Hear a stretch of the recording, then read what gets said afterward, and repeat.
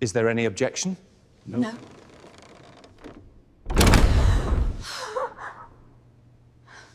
My wife cheated for 25 years. I exposed her, and the groom's affair lived at the wedding. I was supposed to be walking my daughter down the aisle. Instead, I stood at the altar, remote in hand, ready to press play. 25 years of marriage, a lifetime of lies, and a daughter who wasn't mine. It all led to this one precise moment. Today, I don't just give away the bride. I detonate my family live in front of 300 guests, and every single lie she ever told will be burned to the ground. You are about to hear the meticulous plan that secured my revenge, my sanity, and my future. Hey everyone, and welcome back to the channel. Today, we're diving into a story that proves the oldest saying is true. Hell hath no fury like a father and daughter scorned. This isn't just a story about a cheating wife. It's about systemic, decades-long betrayal and the calculated, surgical revenge that followed. This story comes from Alex Taylor, a man who lost everything but gained a terrifying clarity. Before we get into the details of the wedding day, if you believe the truth always wins in the end, hit that like button and subscribe right now. It's the easiest way to support us, and make sure you never miss another unbelievable real-life drama like this one. The morning of the detonation, the morning of Sophie's wedding, I found myself in my workshop at 5 a.m. The air was thick and heavy, both with the coming summer heat and the suffocating weight of my secrets. I was gripping a steel beam, my hands trembling not from weakness, but from coiled intensity. For 25 years, I had been Dean Carter. No, wait, Alex Taylor, the devoted husband, the proud father, the hardworking man building a perfect life. I had built the pergola outside, I had tested every single string light 3 times, and I had paid for a dance floor that cost me 6 months of overtime. It was all a monument to a life that had never been real. 25 years of marriage, 23 years raising my first daughter, 14 years believing my youngest, Mia, was mine. All lies. My name is Alex Taylor, and I was about to watch my family explode in front of 300 guests. And yes, for the first time in months, I was smiling. It was the smile of a man who held all the cards, ready to play them all at once. Around 7 a.m., Sophie appeared at the workshop door, still in her pajamas, holding a coffee mug. At 23, she had her mother Clara's refined elegance, but she possessed my pragmatic and analytical mind. Dad, you've been out here since dawn. The wedding isn't until 4. Just want everything perfect for my girl, I replied, forcing a lightness into my voice. I asked about her mother. Sophie's voice carried an odd, hesitant note. She left early, said something about final dress fittings. Then came the question, the one I had been dreading, yet secretly waiting for. She sat on my workbench, suddenly looking younger than her years. Dad, can I ask you something? Do you think Brendan really loves me? The question hit me like a physical blow. Brendan Holloway, the ambitious young attorney with political connections, was everything the world said a perfect son-in-law should be. But I had seen the subtle cues. I had seen the way his eyes tracked Clara across a room during family dinners. The extra attention he paid to her. The way he knew exactly how she liked her coffee without ever asking her. Instead of confessing my suspicions, I gave her the standard parental advice. Normal cold feet, honey. Marriage is a big step. It's not cold feet, she insisted, taking a shaky breath. I think he's in love with someone else. Little things. The way he lights up when mom calls. How he always asks about her first. Yesterday, I caught him staring at her photo on the mantle for like 5 minutes. I froze. My own observations were being confirmed by the one person I was trying to protect. Eliza, that's a serious accusation. I know, she said, looking directly at me with eyes far older than her 23 years. And I hope I'm wrong. But Dad, what if I'm not? Before I could formulate a response, the kitchen door slid open and Clara appeared. Even at 7 a.m., she looked flawless, immaculate makeup, not a hair out of place, wearing a sundress that probably cost more than my weekly paycheck. Alex, you're going to exhaust yourself before the ceremony, she said, her voice carrying that cultured, perfected tone from her years on the school board. And Sophie, you should be getting ready. We have appointments all morning.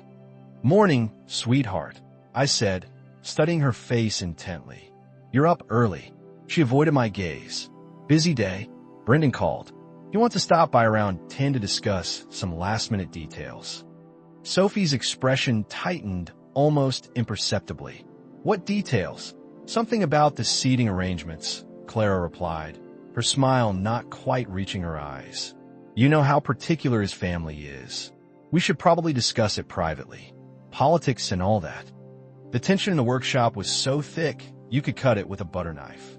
After Clara left, Sophie turned back to me. What appointment? Just some business stuff? I lied easily.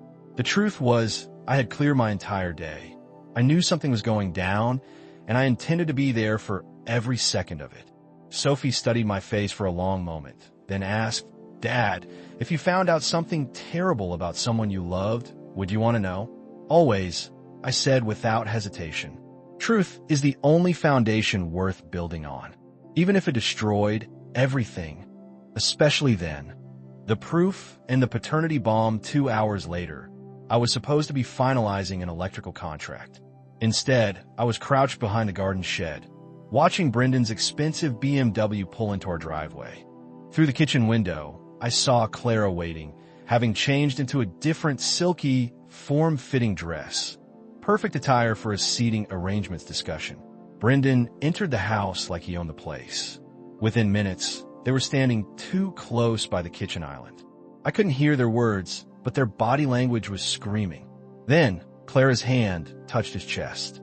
My hands clenched into fists. 25 years of marriage, and she was caressing another man in our kitchen on our daughter's wedding day. I was ready to storm inside when I noticed movement upstairs, a shadow in Sophie's bedroom window. She was watching, too. Brendan's hands moved to Clara's waist.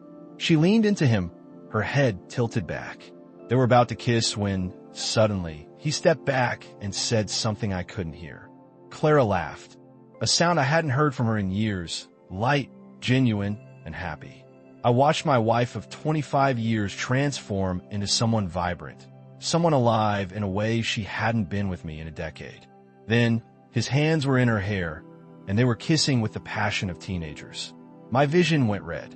I took a step toward the house, ready to end it all, when Sophie's hand locked on my arm. Dad, don't. Not yet.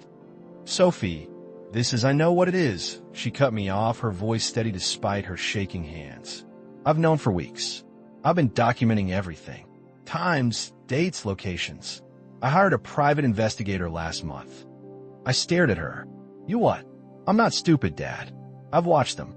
The lingering looks, the private conversations, the way Mom lights up. She pulled out her phone. Want to see what we found? The first photo showed Brendan and Clara entering a hotel. Timestamp. 3 weeks ago. There are 17 different occasions, Sophie said quietly. All documented. Why didn't you tell me? Because I needed proof. And she looked at me with cold calculation. I wanted to give them enough rope to hang themselves. Inside, they had moved to the living room couch. Brendan's hands were roaming freely, and Clara was responding like a woman starved for affection. We're going to stop this, I hissed, taking another step. No, Sophie's voice was sharp. We're going to let them finish. We need them to think they're safe, comfortable, confident, for their performance this afternoon. That evening, with Clara at her final dress fitting, Sophie and I were back in the workshop, surrounded by evidence that would have made a prosecutor weep with joy. I finally asked her about the private investigator. His name is Russell Blackwood, she said. He's your brother. I looked up sharply. What? I found him through his website. Didn't realize the connection until I met him. He said he's been trying to reach you for years. He took the case personally, said something about family loyalty. Russell, my older brother, who had disappeared 20 years ago after falling out, was working for us for free. He had traced the affair for at least 4 months. Then, Sophie handed me a single sheet of paper. The lab report. My hands started shaking as I read the result. Mia Taylor was not my biological daughter. 14 years. 14 years of love, protection, and devotion, all based on Clara's deception. I whispered the name of the real father, David Ashford, the disgraced former state senator. Love letters from Clara, spanning nearly 2 decades, confirmed it. Letters talking about their future, about leaving their spouses, about the child they'd created, Mia. Ashford's been providing financial support, Sophie added, pulling out another document. About $2,000 a month for the past 14 years, hidden through some kind of trust. My wife had been having an affair for decades. My youngest daughter wasn't mine, and her real father had been paying us unknowingly all this time. But even that wasn't the end. Brendan wasn't just sleeping with Clara. He was embezzling from his law firm's client escrow accounts. He was stealing money to buy gifts for my wife, who was using our money and her lover's support to finance her affairs. The layers of betrayal were dizzying. I needed to confront them immediately. No, Dad, we stick to the plan.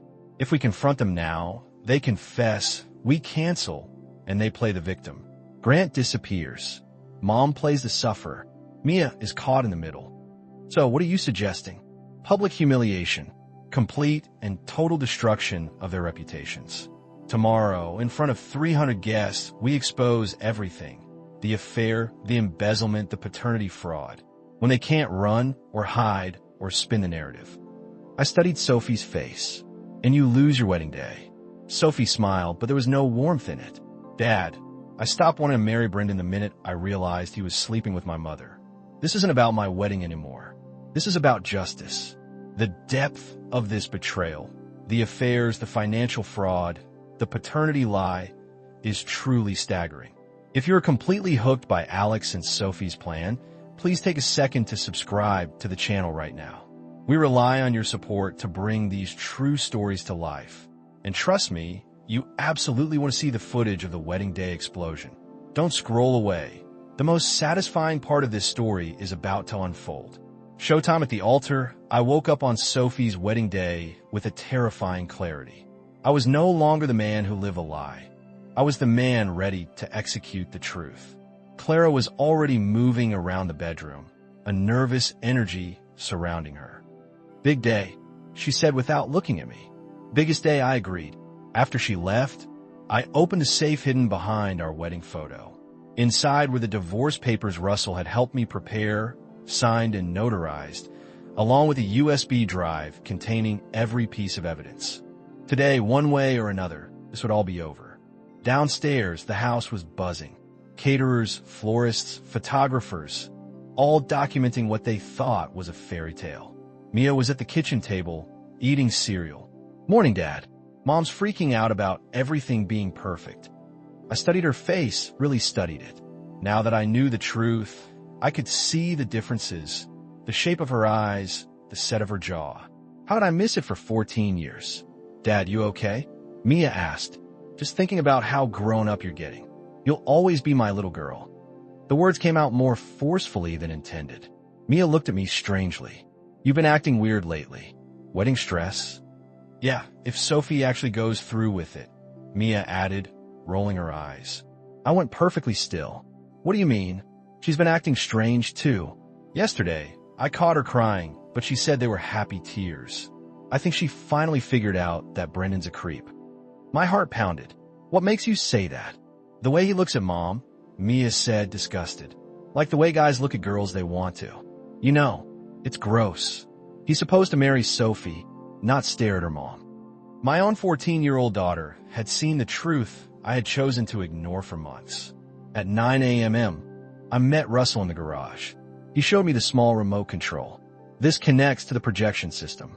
When you give the signal, everything starts. What's the signal?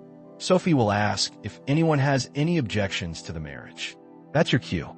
And if I change my mind? Russell studied my face.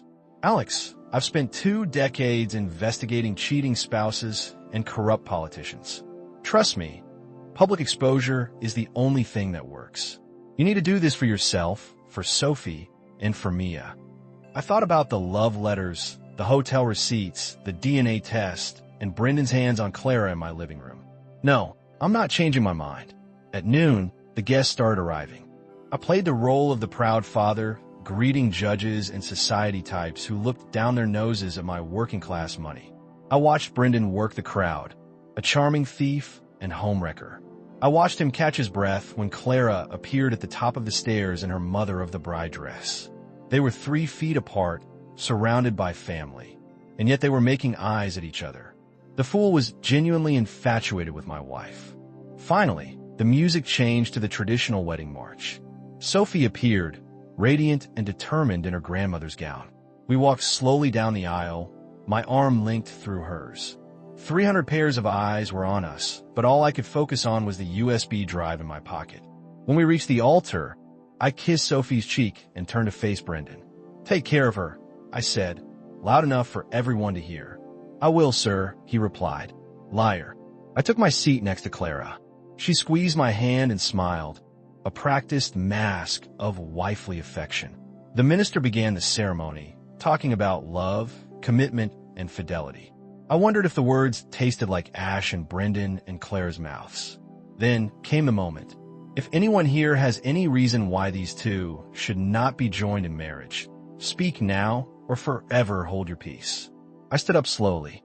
My heart was hammering against my ribs, but my voice was clear, carrying across the silent crowd. "I do," I said. The silence shattered. Confused murmurs, shocked gasps. Brendan's face went white. "Mr. Taylor, what are you?" "I'm talking." I interrupted, my voice carrying the authority of 25 years of frustration and pain. "Everyone here deserves to know exactly who they're celebrating today." I pulled out the remote. Behind the altar, the screen dropped. Brendan Holloway and my wife, Clara, have been having an affair for months. I have proof. The surveillance photo of them entering the hotel flashed on the screen. The crowd erupted. But that's not all. I continued, my voice somehow cutting through the noise. Brendan has also been embezzling money from his law firm to pay for gifts for my wife. And Clara has been stealing from our joint accounts to finance their affair. Financial records and bank statements, highlighted in red, appeared. But the best part, I said, my voice turning to ice, is that my youngest daughter, Mia, isn't actually my child. She is a result of another affair Clara had 14 years ago with Senator David Ashford. The DNA test results filled the screen. The entire crowd had gone completely silent now. 300 people stared at the visual evidence of a betrayal so complete, so devastating. It was almost mythological. Brendan bolted, pushing through the crowd toward the parking area. But Russell was waiting. My brother stepped out from behind a tree and clotheslined Brendan so hard the younger man skidded 3 feet. "Going somewhere?" Russell asked mildly. Clara was sobbing, trying to reach the screen, but Sophie blocked her path. "Did you really think we were that stupid?" Sophie asked her mother. "Did you think we'd never figure it out?" "Sophie, please, you don't understand." "I understand perfectly. You've been sleeping with my fiancé, in our house, on our furniture, with our money." 2 police cars pulled into the driveway. Russell had been busy. I watched Brendan's face crumble as he was arrested. Then I found Mia in the crowd. "Dad, what's happening?" she asked, looking terrified. "Come on, sweetheart. Let's go inside and talk." The aftermath and the rebuilding 3 hours later, the chaos had died down. The police had taken Brendan. The guests were gone. Clara had locked herself in the bedroom, waiting for her lawyer. Sophie was in the kitchen, still in her wedding dress, calmly eating a sandwich. "Any regrets?" I asked her. "No," she said without hesitation. "For the first time in months, I feel like I can breathe." They ruined their own lives. We just made sure everyone knew about it. I looked at my formidable daughter. "What about your mother? What about her?" She made her choices. We had spent 2 hours with Mia, explaining everything as gently as possible. She had cried and asked many questions, but ultimately seemed relieved. "I always felt like there were secrets in our house," she said. "Now everything is out in the open." She understood that the man who raised her was still her father in every way that mattered. 3 weeks later, I was signing the final divorce papers. Brendan had been sentenced to 2 years in prison. Clara had lost her job with the school district and faced criminal charges. The media attention was intense, but slowly faded. "How are you doing?" my lawyer asked. I thought about it. I was divorced, single, parenting a teenager, and the center of a very public revenge story. "I'm doing okay. For the first time in years, I know exactly where I stand with everyone in my life. No more lies, No more deception. It's actually liberating. 6 months later, Sophie graduated with her master's in counseling psychology.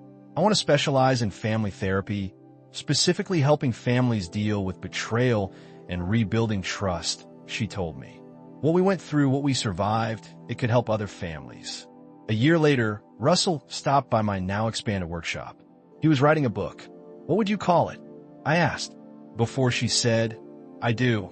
How the father and daughter exposed 25 years of lies in 25 minutes. Catchy. He told me Clara wanted to meet. Closure, maybe understanding. She says she's been in therapy working through why she made the choices she made. 2 weeks later, I met Clara at a coffee shop. She looked older, tired, and somehow more real than she had in years. Dean, Alex, I need you to know how sorry I am. Not just for getting caught, but for what I did. The lying, the betrayal, the years of deception. Why, Clara? I asked. Why throw away our family for Brendan? Why let me believe Mia was mine for 14 years? She was quiet for a long time. I felt invisible. She finally confessed. I felt like I was just going through the motions. Brendan made me feel alive again. And Mia, I couldn't bear to take your love for her away from either of you. I was a coward. I studied her face. She looked genuinely remorseful, but sincerity didn't undo 25 years of lies. I don't blame you for exposing everything the way you did, she said. You and Sophie had every right to protect yourselves. I hope you find some peace, I told her before leaving. 2 years after the wedding day explosion, Sophie was co-authoring